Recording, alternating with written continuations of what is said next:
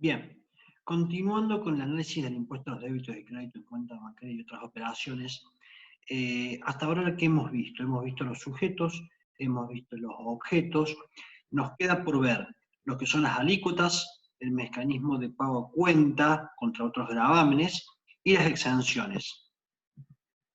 Comencemos por lo que es las alícuotas de este impuesto, ¿sí? Las alícuotas van a estar en función del hecho imponible del artículo 1 de la ley, es decir, si nos hacemos referencia al inciso A del artículo 1 de la ley, es decir, aquellas operaciones donde interviene una entidad financiera y los fondos pasan por una cuenta bancaria, tanto el débito como el crédito en forma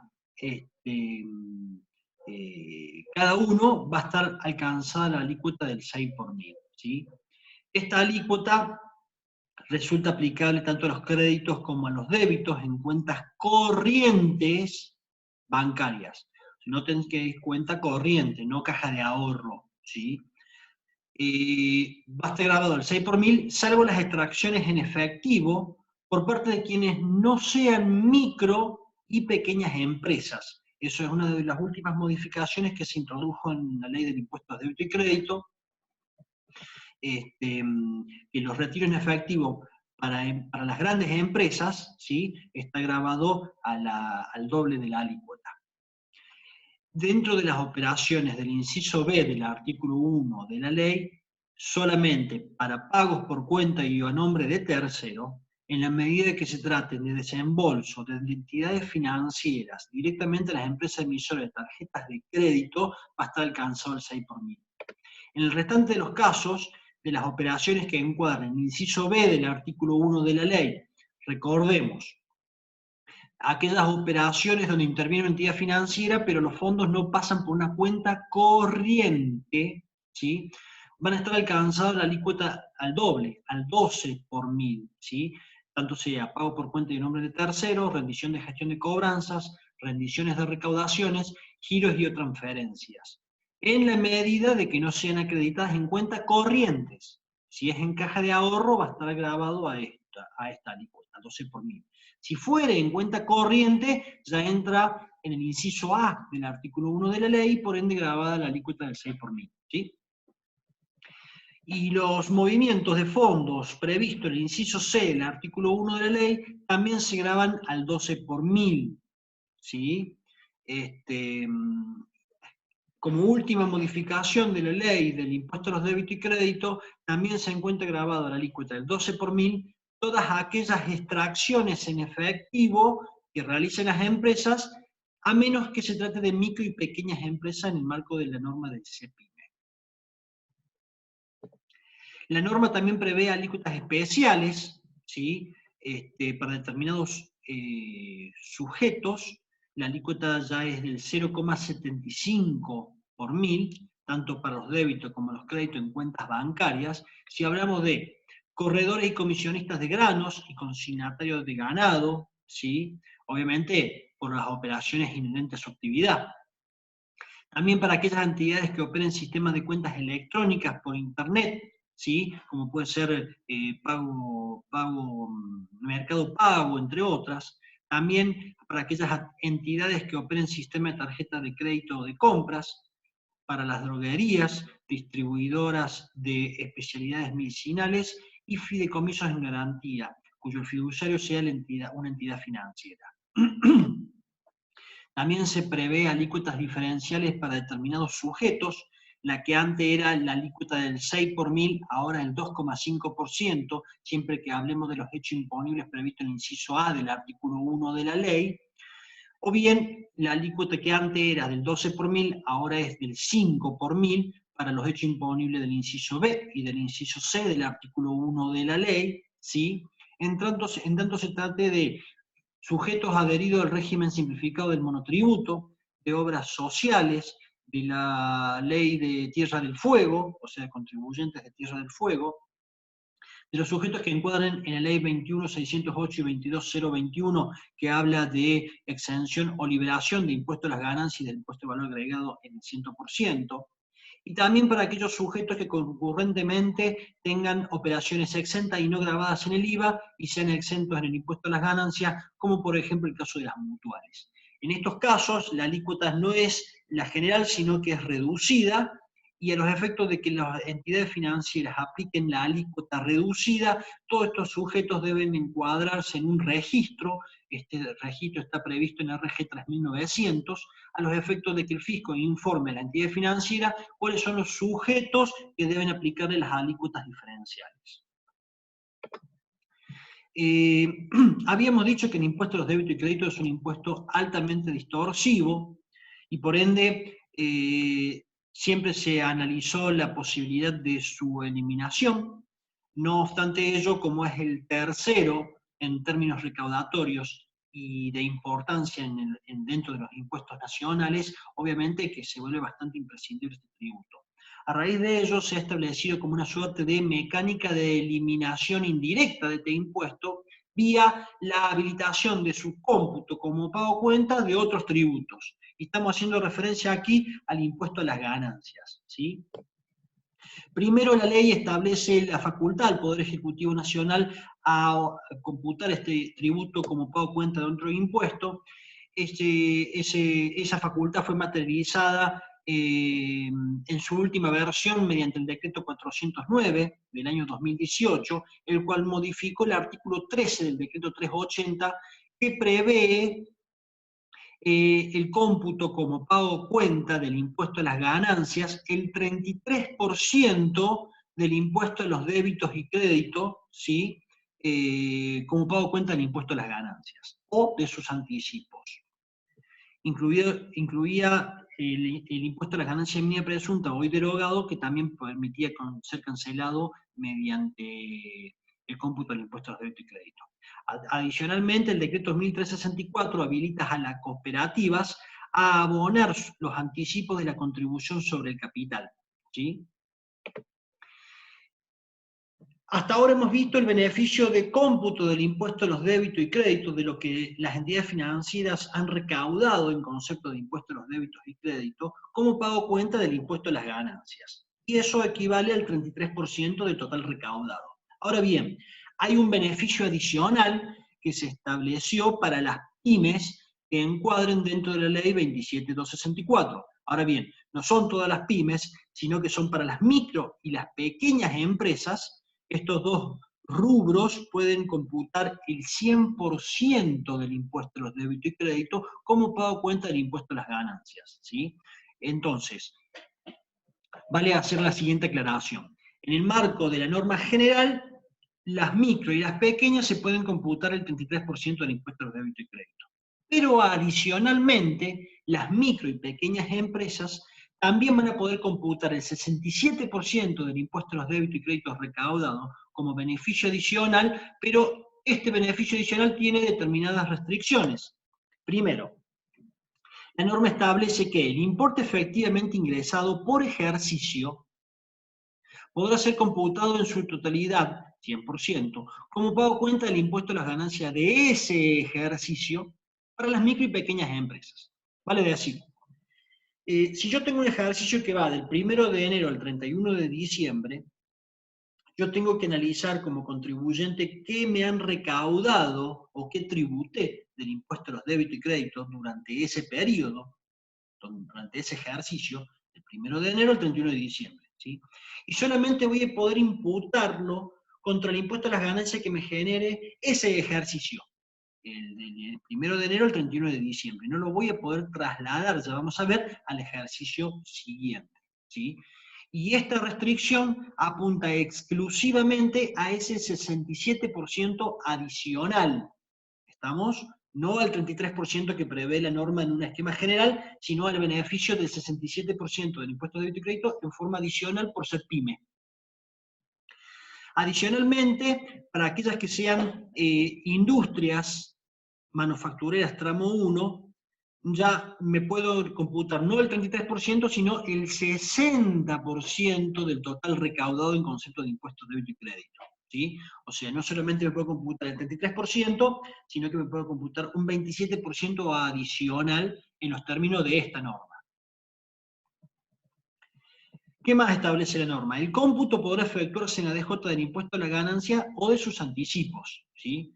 Ahora bien, el remanente no compensado, dado que lo que me recaudaron de impuestos a los débitos y créditos superase el impuesto de las ganancias, dice la norma, no podrá ser objeto de compensación con otros gravámenes o de solicitudes de reintegro o transferencia a favor de tercero, ni trasladarse a ejercicios futuros, pero la norma aclara, salvo por la parte del artículo 13 del decreto 380, y el artículo 13 del decreto 380 hace referencia al beneficio de cómputo del 33% del impuesto de débito y crédito. ¿Sí? Resumiendo entonces, si yo soy una pequeña empresa, ¿sí? Por ambas normas, por el artículo 13 del decreto 380 y por la ley 27.264, yo quedo habilitado a computarme el 100% del impuesto a los débitos y créditos como pago cuenta del impuesto a las ganancias. ¿Sí?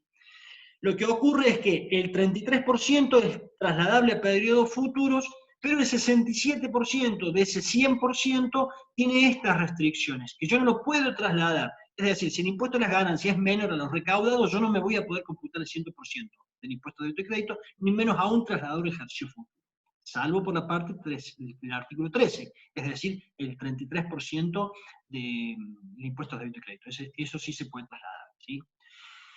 Otra restricción que establece la norma dice que los sujetos que no encuadran el artículo 69 de la Ley del Impuesto a las Ganancias, como por ejemplo una UTE o un consorcio de colaboración empresaria, si bien sus integrantes se pueden computar el impuesto a los créditos y débitos que esas UTE o consorcio de colaboración empresaria, entre otros, sufran, van a tener un tope, y ese tope es el incremento de su obligación fiscal. ¿Qué dice? ¿Qué quiere decir la norma con esto? Tengo que analizar cuánto es el mayor impuesto a las ganancias que me genera la atribución al partícipe de una UTE, producto de atribuirle el resultado de la UTE a esa sociedad partícipe. ¿Sí? Y ese va a ser el tope máximo que yo me puedo tomar en concepto de impuesto, débito y crédito, ¿sí? Que le hayan recaudado a la UTE. Supongamos el siguiente ejemplo. La UTE tuvo una rentabilidad de 200 pesos, tiene dos partícipes, con lo cual a cada partícipe en un 50% le atribuye 100 pesos a cada uno. Nos enfoquemos en el partícipe número 1, tuvo una UTE cuya participación del 50% de la utilidad le reportó una utilidad de 100 pesos, valga la redundancia. Esos 100 pesos le generó un impuesto a la ganancia de 30 pesos. Con lo cual, esos 30 pesos es el tope máximo que puede computar este partícipe del impuesto a los débitos y créditos que sufrió la UTE, en el 50% también, ¿no es cierto? Es un tope máximo que prevé la norma. Por último, cabe referirnos a lo que son las exenciones en este tributo, ¿sí? La ley prevé 3 exenciones. La primera de ellas exime al Estado Nacional, provincial, las municipalidades, Gobierno de Ciudad Autónoma de Buenos Aires, los Institutos Nacionales de Servicios Sociales para Jubilados y Pensionados, pero no exime a los sujetos que encuadren en el artículo primero de la ley 22.016, que son las empresas del Estado. Es decir, el Estado está exento, pero las empresas del Estado no lo están. También se eximen los créditos y débitos en cuenta bancaria de las misiones diplomáticas y consulares extranjeras, ¿sí? Acreditadas en la República Argentina a condición de reciprocidad. Y la última exención que prevé la ley son para los créditos en caja de ahorro o cuenta corriente bancarias, hasta la suma del sueldo del personal en relación de dependencia o de jubilaciones y pensiones, y los débitos en dicha cuenta hasta el mismo importe. Entonces, en relación a esta exención nos cabe preguntar, ¿esta exención es para el empleador que paga sueldos o para el empleado que recibe el sueldo? La ley habla que exime los créditos en caja de ahorro o cuentas corrientes. Para una empresa el pago de sueldos le genera un débito. Para un empleado, el cobro del sueldo en una cuenta bancaria le genera un crédito. Entonces, obviamente la ley acá está eximiendo el crédito de la cuenta bancaria del empleado. Y a su vez, Es decir, cuando le ingresa el sueldo a la cuenta bancaria, eso está exento de impuestos de débito y crédito. A su vez, también le exime los débitos en esa cuenta bancaria hasta el mismo importe. Es decir, cuando el empleado gaste su sueldo de esa cuenta bancaria, eso también está exento del impuesto de débito y crédito. ¿Sí? Conclusión, entonces, esta exención está prevista para el empleado y no para el empleador. Ahora bien, hay una excepción que es a la viceversa, que está establecida en el RG 2111, en el punto 2 del apartado A del anexo 10. Esta excepción hace referencia ya que la exención o excepción no es para el empleado, sino también para el empleador. Convengamos algo, los empleados siempre van a estar exentos del impuesto de débito y crédito. Los empleadores no en todos los casos, solamente que encuadren en el punto 2 del apartado A del anexo del RG 2111. Y no son para todos los empleadores, son para aquellos empleadores, personas humanas, que abonen sueldos a través de una caja de ahorro. Dándose esos dos requisitos, queda exento el débito en la cuenta bancaria del empleador, producto del pago de los sueldos de sus empleados. A su vez, la ley establece que no son aplicables exenciones objetivas ni subjetivas dispuestas por otras leyes nacionales, ¿sí? Y acá podemos traer a colación la ley de mutuales. La ley de mutuales establece una exención genérica, ¿sí? Respecto de todo impuesto nacional, con lo cual va un poco a contramano de lo que establece acá esta restricción a las exenciones subjetivas dispuestas por otras leyes que establece la ley del impuesto a los débitos y créditos. A su vez, faculta al Poder Ejecutivo establecer exenciones totales o parciales. El Poder Ejecutivo, a través del artículo 10 del Decreto 380, estableció las siguientes exenciones. Primero, se encuentran exentas las cuentas utilizadas en forma exclusiva para el desarrollo de las operaciones inherentes a su actividad específica y los giros o transferencias, ¿sí? Con igual finalidad de mercados autorizados por la Comisión Nacional de Valores y sus agentes, las bolsas de comercio, las cajas de valores y entidades de liquidación y compensación, casas y agencias de cambio, fondos comunes de inversión, fideicomisos financieros y cooperadoras escolares. Todos estos sujetos gozan de una exención en su cuenta bancaria en la medida de que sean utilizadas en forma exclusiva para las operaciones inherentes a la actividad específica de cada uno de estos sujetos, ¿sí?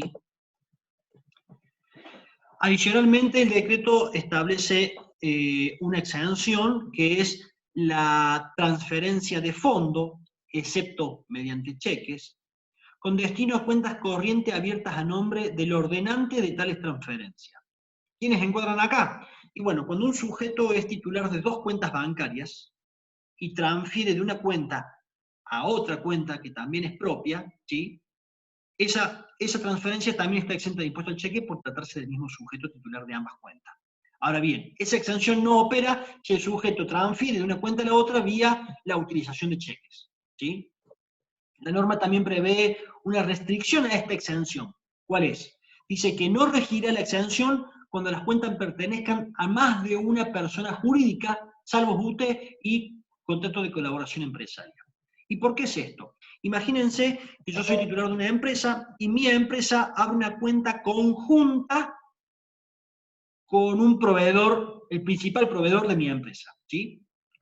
Entonces yo a los efectos de pagarle a mi proveedor, transfiero los fondos de una cuenta individual mía a una cuenta que yo mantengo abierta como cotitular con mi proveedor. Y de esa manera, si esta restricción no existiese, estaría exento, ¿sí? Porque está exenta la transferencia de fondos de cuentas abiertas a nombre de los ordenantes, ¿sí? A los efectos de que yo no utilice esa segunda cuenta abierta en forma de cotitularidad con mi proveedor para evitar el pago del impuesto de débito y crédito, es que opera esta restricción. Ahora bien, esta restricción cesa cuando hablamos de UTE. Es decir, una persona jurídica puede tener una cuenta en cotitularidad con una UTE, porque en definitiva la UTE es un contrato asociativo que es ni más ni menos que una extensión de la misma sociedad, ¿sí? Entonces, yo ahí sí puedo transferir de una cuenta de la sociedad a una cuenta donde la sociedad es cotitular con la UTE, y ahí no va a estar grabado con el impuesto de débito y crédito. El decreto a su vez establece que se encuentran exentos los débitos originados por el propio impuesto, es decir, que acá no se aplica la figura del GLOSINAP. Tampoco se encuentra grabados los créditos y débitos por contrasientos, por error o anulaciones de documentos no corrientes previa acreditaciones en cuenta, ¿sí? Obviamente si hubo un error no va a estar grabado por impuestos de débito y crédito. También se encuentra exento los créditos en cuenta corriente producto de los ingresos por exportaciones, y ahora, con el régimen actual, yo puedo ser exportador de bienes o exportador de servicios, y en ambos casos, los créditos en las cuentas corrientes, producto de ingresos por exportación, sean de bienes o de servicios, va a estar exento. También se eximen las transferencias que no generen movimiento en una cuenta corriente, cuando el ordenante sea una persona física o sujeto del exterior y se identifique al beneficiario, ¿sí? Es decir, si se transfiere de una cuenta corriente a otra cuenta corriente, esta exención no aplica. Ahora, si se transfiere de una caja de ahorro a otra caja de ahorro, producto de que no se ha generado movimientos en una cuenta corriente, esa transferencia de caja de ahorro a caja de ahorro va a estar exenta. También se encuentran exentos los créditos en cuenta corriente originados en préstamos bancarios, es decir, cuando un contribuyente solicitó un préstamo a la entidad financiera y los fondos de ese préstamo son acreditados en la cuenta bancaria, esa acreditación no va a estar alcanzada por impuestos de débito y crédito, y la norma también exime los débitos y créditos originados en la renovación de los mismos, ¿sí? Ahora, fíjense ustedes que la exención no exime, valga la redundancia, al pago de las cuotas de ese crédito, ¿sí? Solamente cuando ingresa el monto del capital a la cuenta bancaria y las renovaciones. También se encuentran exentos los créditos originados en adelanto de fondos por descuento de documentos, cheques recibidos al cobro, etc. Pero cuando el banco acredite en la cuenta corriente el importe de la gestión de cobranzas, si se trata incluso de documentos propios, ¿sí? ¿Cómo operaría esto? Si yo le doy un cheque que no venció al banco para que me lo descuente, y el banco me acredita los fondos en una cuenta bancaria, ¿no es cierto? Ese movimiento no va a estar alcanzado en la medida de que después, posteriormente, al vencimiento del cheque respecto al cual me adelantó los fondos, me acredite esos fondos en la cuenta bancaria. Caso contrario, si no, se grabaría dos veces, con el adelanto de los fondos y después con la percepción de los fondos, el cual después el banco se va a terminar cobrando el adelanto de fondo primero, ¿sí? ¿Qué más exime el decreto? Los créditos y débitos por suscripción y rescate de fondo común de inversión, ¿sí? Siempre que la titularidad de las cuotapartes sea coincidente con la cuenta corriente que se debita y el crédito por rescate sea en cuenta corriente del mismo titular. Justamente las restricciones que operan acá en relación a la suscripción y rescate de fondo común de inversión es para que esto no se utilice como un sistema de pago organizado. ¿Cuándo queda eximida la suscripción y rescate de fondo común de inversión? Bueno, cuando la inversión, es decir, cuando el débito en la cuenta bancaria para constituir o para adquirir o suscribir el fondo común de inversión, ¿sí? Pertenece al mismo titular, la cuenta bancaria, y es conteste con quien suscribe el fondo común de inversión. Es la misma persona, ¿sí? Pero a su vez también, al momento del rescate de ese fondo común de inversión, el sujeto que rescate y el titular de la cuenta al cual se le van a acreditar los fondos sea el mismo que originalmente constituyó o suscribió el fondo común de inversión.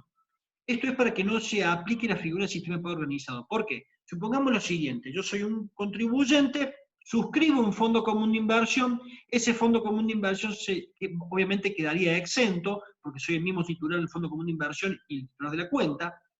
Le transfiero el fondo común de inversión a mi proveedor, y mi proveedor rescata el fondo común de inversión. Entonces, si no estuviese estas restricciones, yo podría utilizar ese mecanismo para evitar el pago del impuesto de débito y crédito. Entonces, la norma necesariamente dice que el que suscribe el Fondo Común de Inversión tiene que ser el mismo a quien rescata el Fondo Común de Inversión, a los efectos de que encuadren esta exención. Caso contrario, no opera la exención. También se encuentran exentas las cuentas corrientes especiales, abiertas en el marco del Banco Central de la República Argentina, de la comunicación A3250 de personas jurídicas del exterior para realizar inversiones financieras en el país. También se encuentran exentos los débitos y créditos en cajas de ahorro abiertos en banco autorizado, excepto por las operaciones del artículo 1, inciso B de la ley. ¿Sí? Regla general es que todos los débitos y todos los créditos en las cajas de ahorro quedan exentas de impuestos de débito y crédito, salvo que en una caja de ahorro se lleven a cabo las operaciones del inciso B del artículo 1 de la ley. ¿Y cuáles eran las operaciones del inciso B del artículo 1 de la ley? Por ejemplo, rendición de gestión de cobranza, es decir, si un cheque me lo acreditan en una caja de ahorro, eso encuadra dentro del inciso B, artículo 1 de la ley, ¿no es cierto? Y ahí me tienen que cobrar el impuesto al débito y crédito. Ahora bien, habíamos visto que las operaciones de transferencia, que también encuadran dentro del inciso B, artículo 1 de la ley, por un punto anterior también quedaban exentos, cuando era caja de ahorro, caja de ahorro. Si es caja de ahorro, cuenta corriente, ahí no va a quedar exento. Y así con los restantes supuestos que prevé el inciso B, artículo 1 de la ley. ¿Qué más se exime? Se exime los débitos y créditos en cuenta corriente cuyos titulares sean las comprendidas en el inciso E del artículo 20 de la Ley de Impuestos a las Ganancias. Y acá se hace referencia a las entidades religiosas. También se encuentran exentas los débitos en cuentas corrientes de fondos destinados a constituir plazo fijo en el mismo banco en el que se haya abierta dicha cuenta y los créditos por la acreditación de los mismos a su vencimiento. La norma prevé que esta exención va a proceder solo si en la fecha de su vencimiento, cuando venza su renovación, la totalidad del producido plazo fijo es acreditada en la cuenta corriente del titular. Acá el sistema restrictivo que dispone la norma es la que vimos recién para el Fondo Común de Inversión. Si yo hago un plazo fijo transferible y lo transfiero, obviamente que quien puso los fondos para constituir el plazo fijo y quien los rescata son distintas personas. Entonces eso puede dar lugar a la utilización de un sistema de pago organizado para evitar el pago del impuesto a los débitos y créditos. Por eso la norma prevé esta restricción. La exención únicamente opera cuando el que constituye el plazo fijo es el mismo que retira el producido del plazo fijo en la misma cuenta bancaria que perteneciente al mismo titular. ¿Sí? También se encuentra exenta las cuentas corrientes utilizadas de forma exclusiva por distribuidores de diarios, revistas y afines en el desarrollo de su actividad. ¿Sí? Esto es una exención subjetiva. También se encuentran exentos los débitos y créditos en cuenta corriente aplicados u originados en transferencia de dominio a título oneroso de inmuebles ubicados en el país, siempre que él o los titulares de las cuentas sean sujetos residentes en el país y que el bien sea debidamente identificado. De alguna manera lo que se procuró acá es bancarizar la compraventa de inmuebles, en la medida de que se trate de sujetos del país y el inmueble esté ubicado en el país. En esos casos, la venta del inmueble, cuando se acredite en una cuenta bancaria, va a estar exenta del tributo. También se eximen cuentas y subcuentas, inclusive las virtuales, utilizadas en forma exclusiva en la administración y operatoria de transferencia a través del uso de dispositivos de comunicaciones móviles y de cualquier otro soporte electrónico, y las cuentas y subcuentas, inclusive virtuales, utilizadas por las empresas dedicadas al servicio electrónico de pago. Acá se eximen las cuentas utilizadas, por ejemplo, por las empresas, por ejemplo, de Mercado Pago, ¿sí? Entre otras que son de pagos digitales. También se encuentra exenta las cuentas utilizadas en forma exclusiva por empresas que tengan como objeto principal la celebración de contratos de leasing, ¿sí? La norma prevé que las exenciones previstas tendrán vigencia siempre que no sean utilizadas para excluir de la tributación a operaciones que resultarían gravadas para otros sujetos no beneficiarios de la exención. ¿Cómo bajamos esto un poco a tierra? Recién habíamos visto que un agente de bolsa, la cuenta utilizada en forma exclusiva para su actividad, estaba exenta del débitos y créditos. Entonces vengo yo, contribuyente, y he recibido cheques. Y esos cheques, para no acreditar a mi propia cuenta bancaria, porque me van a cobrar el impuesto al cheque, se lo doy al agente de bolsa, y el agente de bolsa lo deposita en su propia cuenta bancaria, y de esa manera yo, contribuyente, estoy usufructuando la exención del agente de bolsa. Luego el agente de bolsa me emite cheques por igual monto que yo le he dado, y yo esos cheques se los giro a mi proveedor. Evité el uso de mi propia cuenta bancaria, utilicé la cuenta bancaria del agente de bolsa que estaba exento y así evite el pago de este tributo. Bueno, este artículo 10, al establecer esta restricción, lo que hace justamente es inhibir o prohibir este tipo de operaciones. Por último, la Resolución General 2111 tiene un anexo, que es el anexo 10, en el punto B, establece una serie de operaciones no grabadas. No va a estar grabado por el impuesto a los débitos y créditos las compensaciones de saldo de deudores y acreedores entre personas o entre empresas por operaciones entre sí. Supongamos, yo soy cliente de mi proveedor y a su vez soy proveedor del mismo, ¿sí? Entonces yo voy a tener créditos a cobrar y créditos a pagar para con un mismo sujeto. Evidentemente que antes de pagarle y caer en el objeto de este impuesto a los débitos y los créditos, lo que hago es indicarle a mi proveedor que compensemos deudas y créditos de manera de que no tengamos que pagarnos mutuamente. Si yo le debo 100 y él me debe 80, y bueno, compensemos esos 80 y yo solamente le pago 20. Esos 80 que han sido compensados no se encuentran alcanzados producto del anexo 10 del punto B de la resolución. Tampoco se encuentra alcanzado el pago efectuado por obligaciones tributarias, inclusive los recursos de la Seguridad Social, mediante depósito en bancos. Es decir, en este punto la norma lo único que establece que se encuentra no alcanzado es cuando yo voy con el dinero en la mano, ¿sí?, y pago un impuesto o una contribución a la Seguridad Social mediante una entidad financiera. Tampoco se encuentra alcanzado el usuario en efectivo ante banco por servicios públicos prestados por empresas. Es decir, cuando el usuario de un servicio público va y paga en el banco en efectivo, tampoco se encuentra alcanzado por impuesto al cheque. Los débitos en caja de ahorro destinados al pago de servicios públicos o privados y otras erogaciones que corresponden a gastos para uso o consumo particular también se encuentran no alcanzados. ¿Esto por qué? Porque los débitos en las cajas de ahorro, al no generar un movimiento en una cuenta corriente, y al tratarse de un pago por cuenta y orden tercero, en una de las operaciones que encuadra el inciso B, artículo 1 de la ley. Recordemos, interviene una entidad financiera, pero no interviene una cuenta corriente. ¿Por qué? Porque interviene una caja de ahorro. Entonces, si esta expresión no estuviese dispuesta, evidentemente quedaría alcanzado.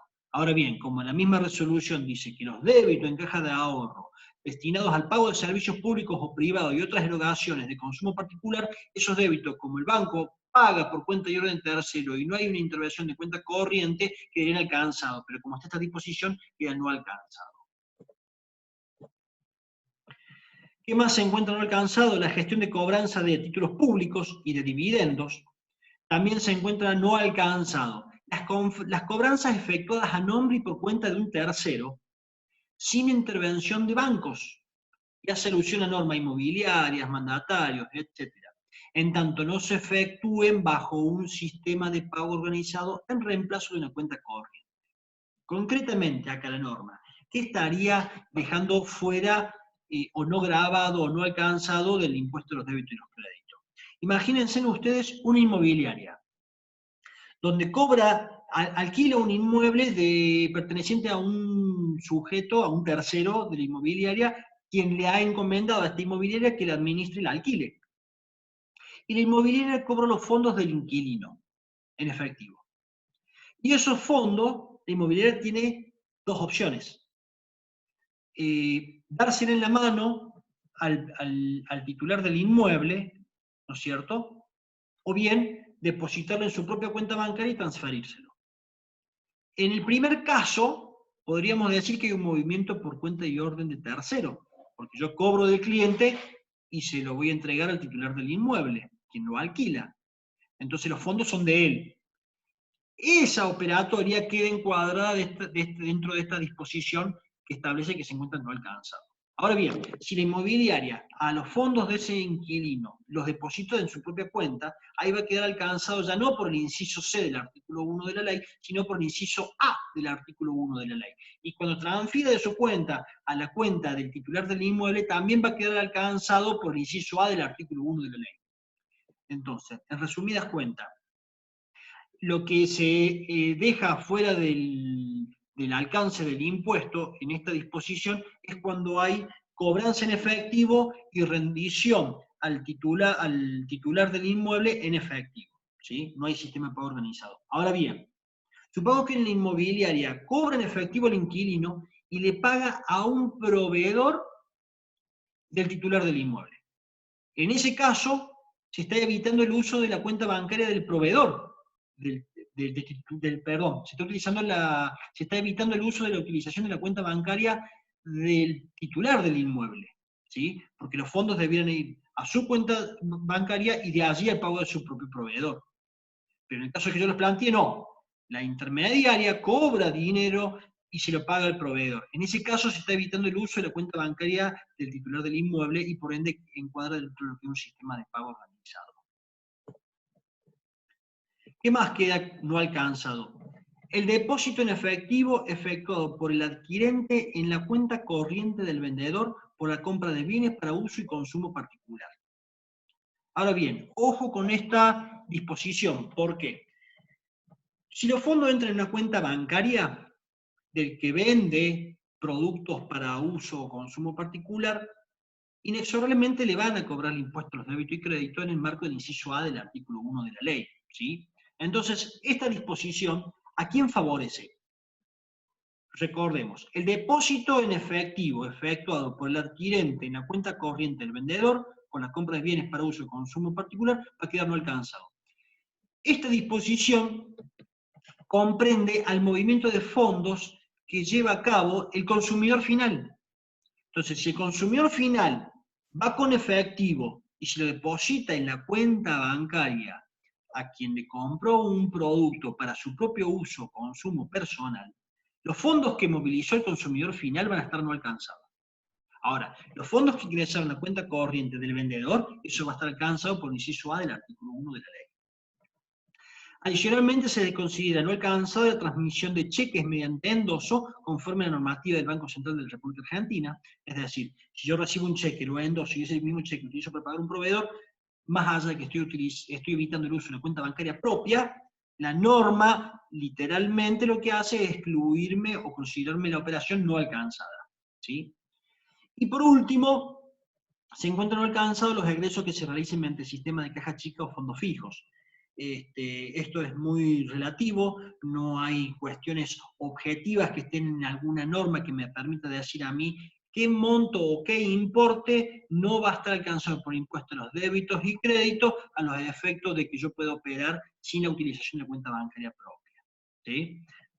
Va a depender un poco de lo que son los usos y costumbres. Si yo todos los meses repongo un fondo fijo de 10.000 pesos para hacer erogaciones menores, bueno, un poco va a estar atado a ese comportamiento mensual, ¿no es cierto?, que yo pueda justificar y demostrar para valerme de esta disposición a los efectos de que resulte no alcanzado el impuesto a los débitos y créditos. Bueno, esto es el fin. Cualquier cosa, tienen la plataforma de consulta para evacuar sus inquietudes. Muchas gracias.